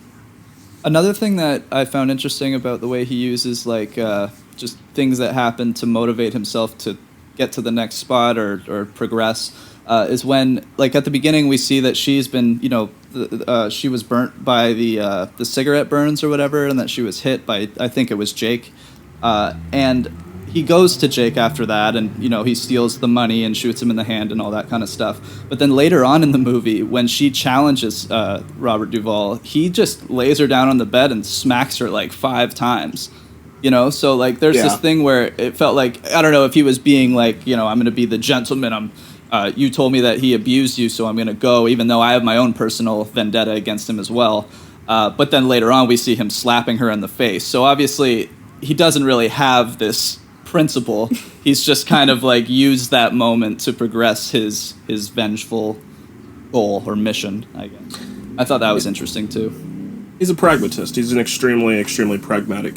That explains most of his actions. I mean, he has very few ethics of it. Absolutely. The treatment of, but it does make the heist scenes very cool to watch. Oh yeah, yeah. I really like the way that he he sort of walks into a room and gauges the scene. I really like the very first one that they do. That's just at the small sort of restaurant, and he talks to the boss. And they say something along the lines of they're mentioning that Macklin's out there, that he's robbed the card game, and that you should be on the lookout, that Macklin might come for you next. And we know obviously that Macklin is standing right in front of this guy talking to him. Oh, yeah. And he says, well, maybe if you send a guy out to kill someone, maybe his feelings get hurt. And he's like, that's no way to look at it. It was nothing personal. And then he pauses briefly and he's like, fuck, you're Macklin, aren't you? And then all of a sudden, very quickly, the dude behind him tries to machete him in the back, and he gets them both sort of locked into the corner, and he's pointing the gun at them, and he starts robbing them. And to make sure that they can't start chasing after him quickly, he starts making them do push-ups in the corner and counting it. And he's like, I want to hear you counting those push-ups after I leave this door and stuff like that. And he has a lot of just very specific sort of detail-oriented process to the way that he lays out these heists. I think at one point he even is really just fun to watch. And it's fun to watch because Flynn also is just, he's a very, again, sort of lean, matter-of-fact kind of filmmaker. So you kind of get a combination of this guy sort of plans that way and Flynn sort of depicts it that way. And the few moments of sort of chaos that end up kind of arising are just things that wouldn't have been predictable. When they tell the guy, the chef, to not pursue them because they were like, dude, we're not stealing your money. We're just stealing the boss's money. You got no beef here. But then that guy does decide that he's going to come after them. But they're like that's not technically a pragmatic decision that he's made because they tried to appeal to the they tried to appeal to that side of him. So that's what throws them off, is if someone is not, sort of pragmatic in that way. And then that is what leads to, sort of a firefight that happens outside, and Karen Black having to run over a bunch of dudes, which is then shot in sort of this handheld chaos. I think at one point Duvall even makes 2 of the henchmen guys, the guards, tie themselves up, which is also pretty funny. Yeah, if I remember correctly. Well, there's one too where they disguise themselves as like mailmen and like maintenance dudes. Yeah. In order to get into the one place, and in order to get their way out, they have to like pull the fire alarm and create a bunch of chaos that then they can sort of like escape into and stuff like that. And before they do that, they obviously have to like partially shoot their way out, because they realize that very quickly. They realize that it was sort of similar to the LA riverbed thing, like the money wasn't actually there kind of deal. Right. Yeah. So and again, I think that one is also filled with like newspaper. That's a later scene, right? You're talking about when they go to when Robert Ryan ostensibly sets up the pickup for them to be picked off, and then that's different. Yes. That's different than the heist you're talking about, where. It's a different one. I'm as the combining the mailman. heist now. Yeah, that one's interesting because I think that one is from the novel, and there is a change there where Cody distracts the desk girl and then socks her in the jaw to knock her out for the duration of the heist, which is not only, like, I think in keeping with the fairly mean tone of the movie, where the treatment of women is frankly not good, and it's not good in the novel either. It's obviously a man's world, but that's also something that I don't think that Handy would have done in the book, or that Parker would have approved of. He would have said there's probably a better and less dramatic way of getting this woman to cooperate. They did, I think, in the book. Right. But I do got to say, I really, really loved, because the mansion sequence. Mm-hmm. Oh yeah. I love too that while they're plotting it out, they're kind of like having drinks, and they're kind of like, look, there's lots of guards, there's lots of patrol, there's lots of fencing. Getting in is going to be incredibly tough. It's possible, but it's incredibly tough. And then they're like, and getting out, it's just might not even be possible. So when they approach this scene, they approach it like this could be a suicide mission going in. And it's only been heightened by Karen Black's death, because basically they're like, we were going to do this anyway, but now they've also killed someone who was part of our crew, so we're going to get some more revenge. But also, again, he doesn't mention any of that revenge when it really when comes he down to it. Does get it. Yeah. But the actual like slow infiltration where they get the guards who are like taking like their smoke break or whatever that they're doing, and they get their car, and then they sneak in, and there's a little bit of attention paid to sort of like the visual vocabulary of like the guy seeing these heads come in, and he's like, okay, those look like they could be the shadows of the two heads who left, and he's a tiny bit suspicious, but then they drive around the side and they make their way in. And there is just sort of like this multi-layered mansion set where they are, trying to avoid getting into the gunfight super early, because they know that they might have to shoot their way out kind of like later. And I just really appreciated the sense of like these two guys really planning their way to get in there, and all of these different guards and how to get kind of like around them and stuff like that. There is like, a little bit more of like a lean procedural suspense quality to that, which is just something that you didn't see at all in Point Blank, and which sounds, sort of like the basis of this character's kind of like psychology and thought process a little bit.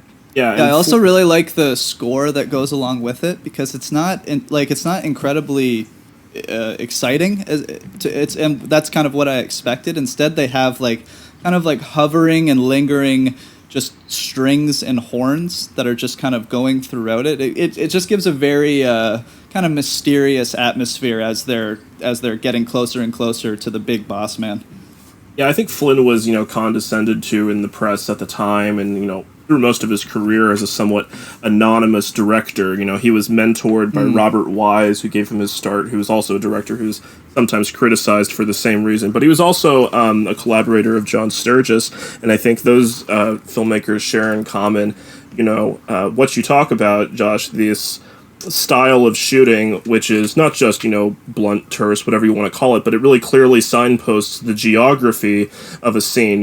When he shoots a scene, you always know where the entrance is, where the exit is, so you get the same information that the characters are taking in themselves, and you always see them noticing details at the same time. The editing in this film is very good. We sort of skipped over the scene where there's a where Macklin infiltrates, along with Cody, a horse auction where Robert Ryan's character is with his wife, and the really great silent way that he sets up exactly where Robert Ryan is sitting and exactly where Cody and Macklin are, and him noticing this, and also noticing at the same time that none of his men have observed this threat to him infiltrating the space, and his disappointment and frustration at that is all done silently. And I think that's a skill that is not common to all directors, and it's something that Flynn is really good at. Yeah, I mean, we didn't mention it either, I think, but it actually also was what kind of got me immediately invested in the film, because the opening scene is shot very similarly, where it's you just follow completely silently what is, you don't know it yet, but it is two hitmen on the way to kill his brother in the opening scene, who is just on his farm, laying a brick wall down. And the way that Flynn shoots that is it's just the process of them stopping at the gas station and then talking to the gas station attendant, who we later find out they were asking, where's this guy live? Where's he at? They were asking a local. And then they make their way to the farm, and they very slowly walk up to him. He kind of turns around, and he almost knows exactly what's happening. And then they just lay the guns into him. And then what kind of happens after that is it's just the dogs and the horses freaking out as they sort of shoot at him mercilessly, and it cuts to all these shots of sort of the laundry blowing in the wind, and so there is a very sort of despite the fact that again it's very lean, there is a mood quality to sort of the silent procedural set pieces that he's pulling out, and then it's all interrupted, I think, by the endless phone ringing, because it's is it their mom who was the one who was going to visit, or is that Karen Black's character who was going? I can't remember in the opening scene who it was. It's an older woman. I remember that. I think it's his wife. Yeah. Oh, it's his wife. Okay, because I was gonna say I thought later. He talks to her like it's his mom. Yeah, later. Honestly, that's what I thought too.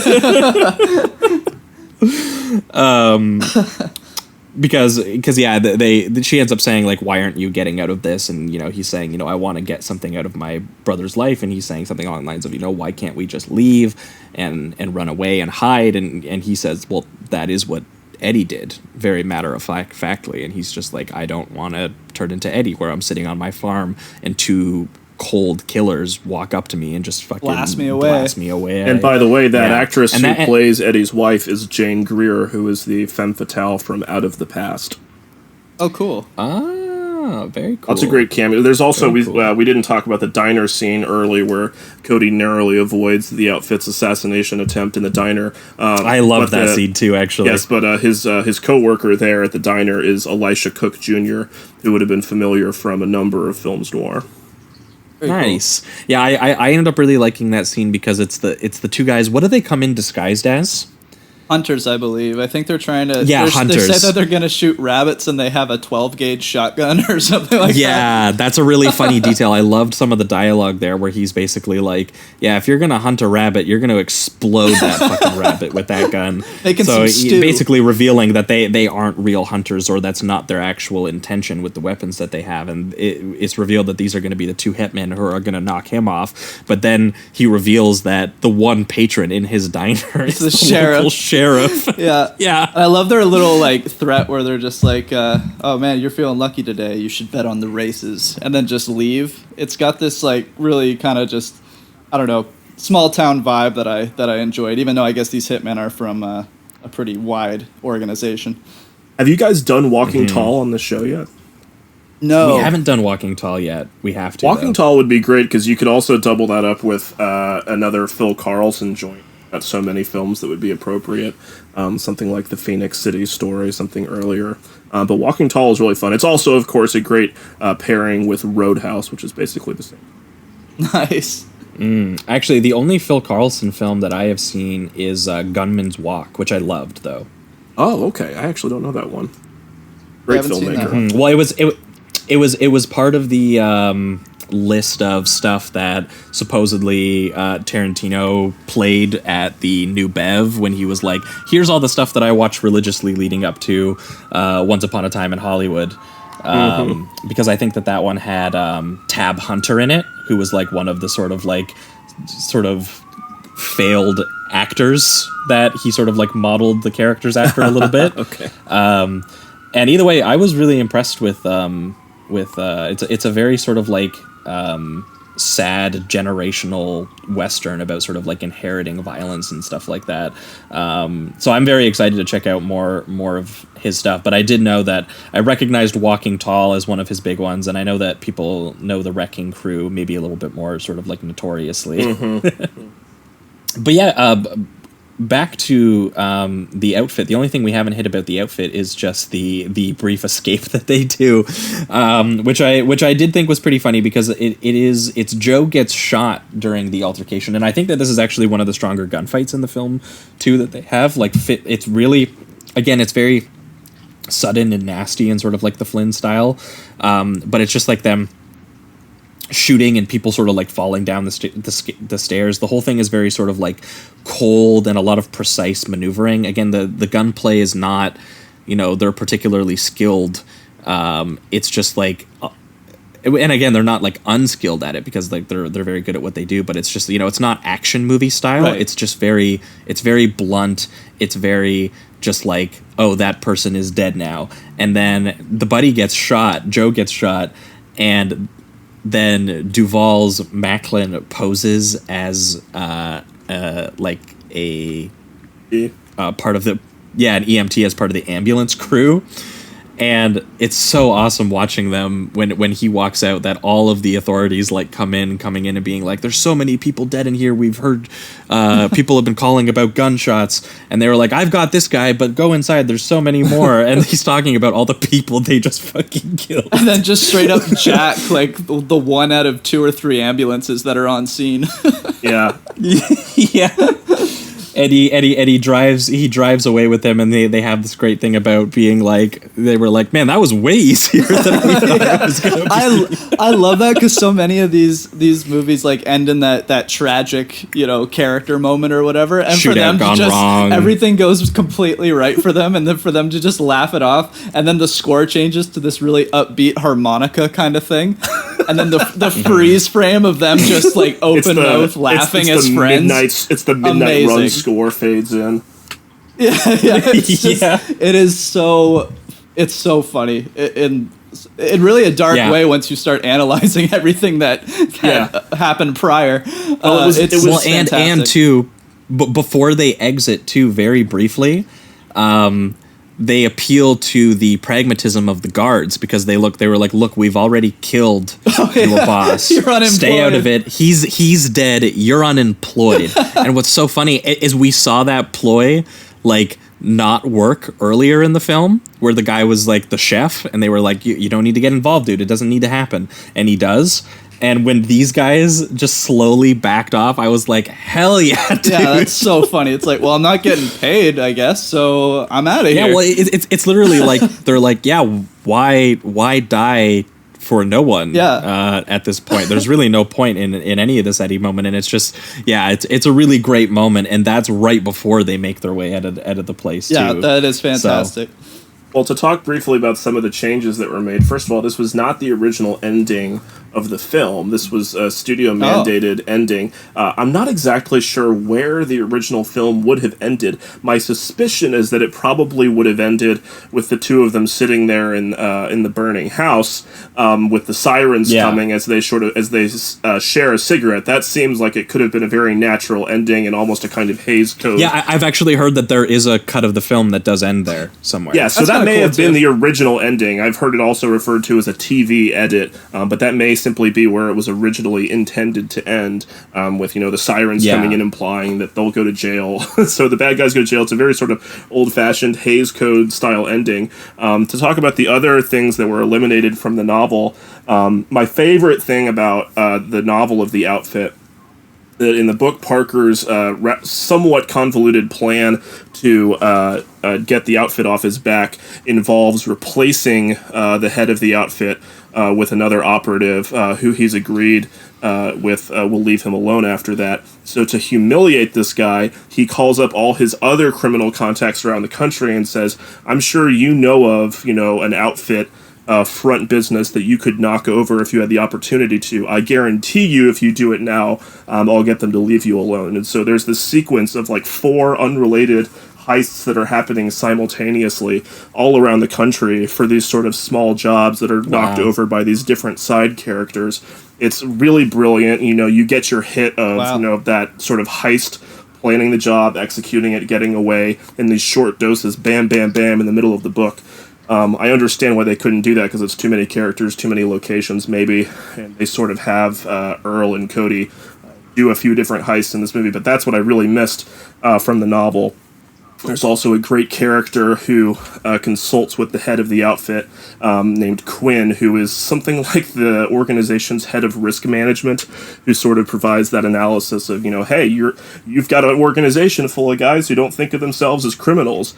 They think of themselves as jobbers, and that's why they're so vulnerable to these professionals. So those are the 2 details from the book that I think really stand out and make it, I think, in my opinion, one of the very best Parker adventures. Although I think, like I've said before, this, in terms of the spirit and tone and style of the film, you not get much closer to the Stark writing. Hell yeah.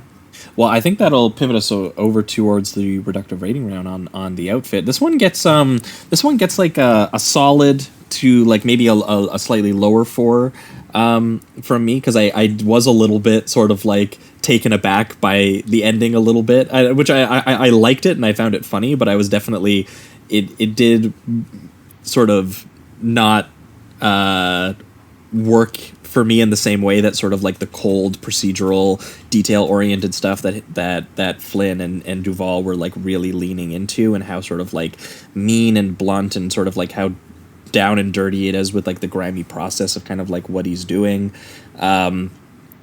So, but I did have a really great time, like, overall with the film. I actually did really enjoy Duvall and Baker and some of the chemistry that they had together, with just him being cold and kind of like this exacting professional, and Baker just kind of like having just a little bit of a charm to him. Ebert also mentioned something in his review that I like too, which was that there isn't like any of that, what you were talking about, that Mel Gibson wanted to do in Payback. There's none of that like witty banter.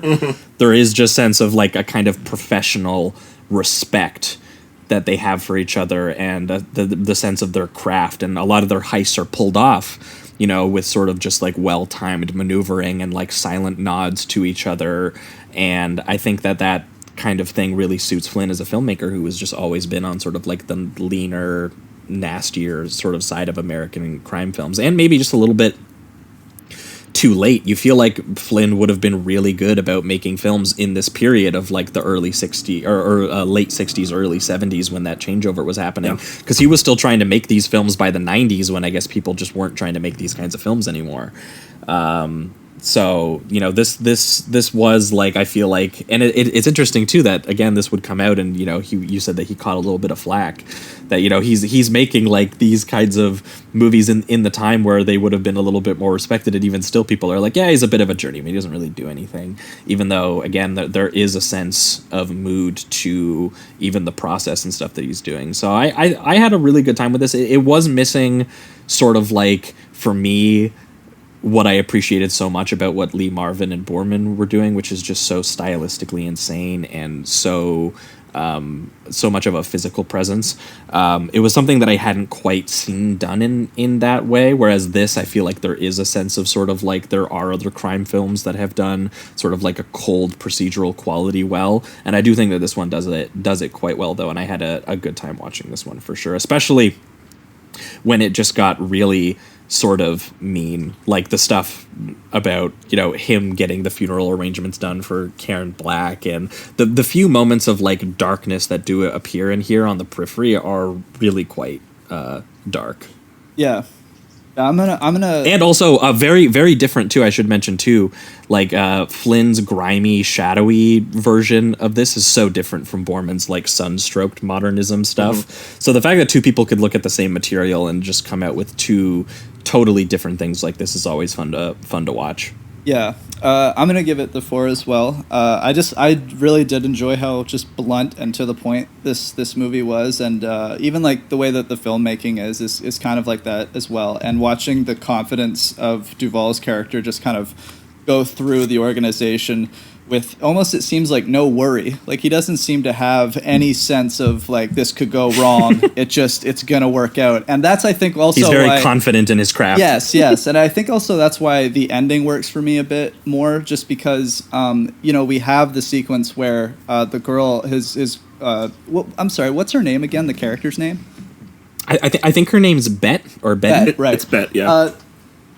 And when she dies, it kind of, for me, it seems like he uses people as a tool, and that's like a realization for the audience when that happens, because he's just so cold about his reaction is just so cold and kind of heartless in a sense.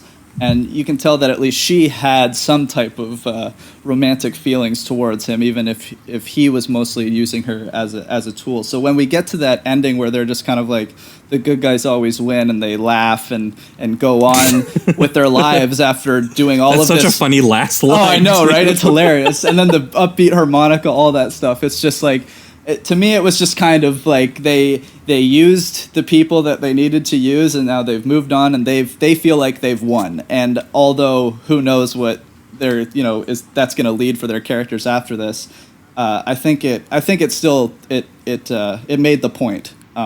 And it's just entertaining. I mean, that freeze frame of them open mouth laughing after all this destruction and chaos and just bleak death happened around them is very humorous to me, and I think it does kind of, good play to guys their did it character. again. Yeah. So yeah, it was really good. I really liked it. I'd give it a 4. Sweet. Yeah, John Flynn, man, he's awesome. I like John Flynn. Yeah, for me, this film is it's all about the Duvall performance. Rewatching it, I watched it a couple times preparing for this, and there are definitely issues. I do really kind of resent the film for not just writing in this sort of thankless role for Bet, but also casting an actress as great as Karen Black and giving her so little to do in it. For sure. That's something that really kind of bugs me. As well as they could have fleshed her out more, for sure.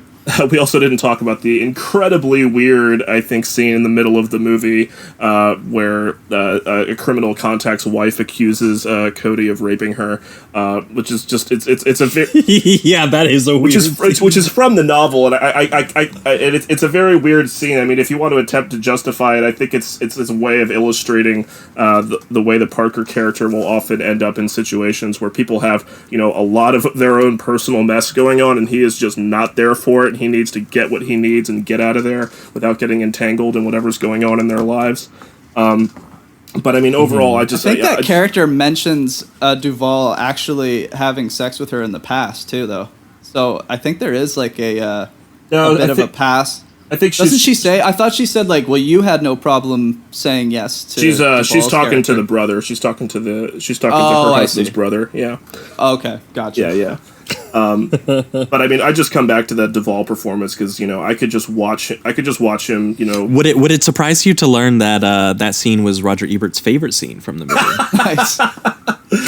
I mean, like, it's not a badly constructed scene. It's just very weird, and obviously, just brings up a whole lot of territory that I'd rather not get into in sort of a lean, mean procedural. Yep. But I could watch Duvall, with his his dark, beady eyes and his humorless expression, just busting up these. It was Westlake's favorite of the Parker adaptations, I think, for obvious reasons, and I quite enjoy it, so I would give it a 4. Nice. Well, I think that'll wrap it up for this week. That was Point Blank 1967 and The Outfit 1973. Thanks so much for joining us, Brendan. If you've got anything to plug, this is where we usually have you do that. Yeah, thanks, guys. This was a lot of fun. To plug, well, at the top of this show, we talked about my podcast, the Roycast, where we cover episodes of Succession. I think we'll have an off-season one coming up soon, hopefully. I've also got a review in the next issue of CinemaScope, so pick that up at your newsstand or get it online. I think the article will be on, hopefully. Yeah, that's what I've got coming up. Nice. What are you talking about in CinemaScope? Can you say what the title is? I am reviewing the Ross Brothers documentary Bloody Nose, Empty Pockets, which. Cool. Well, I'll definitely have to check that out because I actually do have a subscription to CinemaScope, so that'll be coming in. But yeah, thanks so much, Brendan, for joining us and for bringing these films with you. I think in 1 week's time, we are going to be back sticking in the realm of John Boorman, because we did Exorcist II, The Heretic not that long ago, and we did obviously Point Blank this week, and we decided we wanted to get the full John Boorman experience. So we decided to wild out, and next week for the patrons exclusively, we are going to be talking about Zardoz. Oh, yeah. And Excalibur. So we are going to be talking about him doing insane sci-fi dystopias and just really nasty Arthurian sort of like myth-making filmmaking as well. We're going to do a bit of both. And both films also, from what I understand, were made during that period where he was workshopping his Lord of the Rings film that he was trying to get made. So a lot of them are where all of his ideas for his 70s trilogy of Lord of the Rings films, all of his ideas for that, and even literal costumes that he was having made for those films, all got put into these two films. Oh, that makes sense. So we're gonna have a lot of fun talking about that. Zardoz especially is just so weird. It's insane. I said that we just had talked about one of the weirdest movies we'd ever talked about alongside a Boorman film. We did The Visitor, and then Zardoz, like, a month later, I'm like, my brain's melting again. Yeah, we need to go back to like Arnie movies, man. I'm melting over here. Yeah, we're hurting ourselves a little bit. Well, actually, speaking of which, we're not doing Arnie, but in 2 weeks' time, we're doing something that we will have to use a little bit less brain power on, I feel like. Good news. And we're going to be back with a special guest, returning guest, Steve Carlson. Oh, nice. He is going to be bringing on, because we had a vote recently with the patrons for what they wanted us to cover, and they chose the films that they chose. But we can't give them everything that they want. We can't give them everything that they Absolutely want. So one that they did propose was Peter Jackson's Bad Taste and Brain awesome. Dead. And when that one didn't win, it didn't win. Oh, okay. But I was like, do you know what? Steve Carlson was like, if that episode ever happens, you need to have me on to do it. So I said, Steve, let's just do it. Whatever. It didn't win. I want to talk about Brain Dead, and I've never seen Bad Taste. They're both fun. So Lots of fun. I want to do them both, and so we're going to talk about the early. I guess actually, and this always happens to me where I plan these double features, and then I realize that they actually do connect to each other. Awesome. Zardoz and Excalibur were supposed to be Lord of the Rings, and Peter Jackson went on to do the actual Lord of the Rings. So we're going to be talking about Peter Jackson's splatter film early phase over in New Zealand. So it works out. That's killer. That's what we're going to be talking about for the free listeners in 2 weeks' time. Beautiful. But that being said, I think that wraps it up for everything this week. Thanks so much, guys, for listening, and keep it sleazy. Keep it sleazy.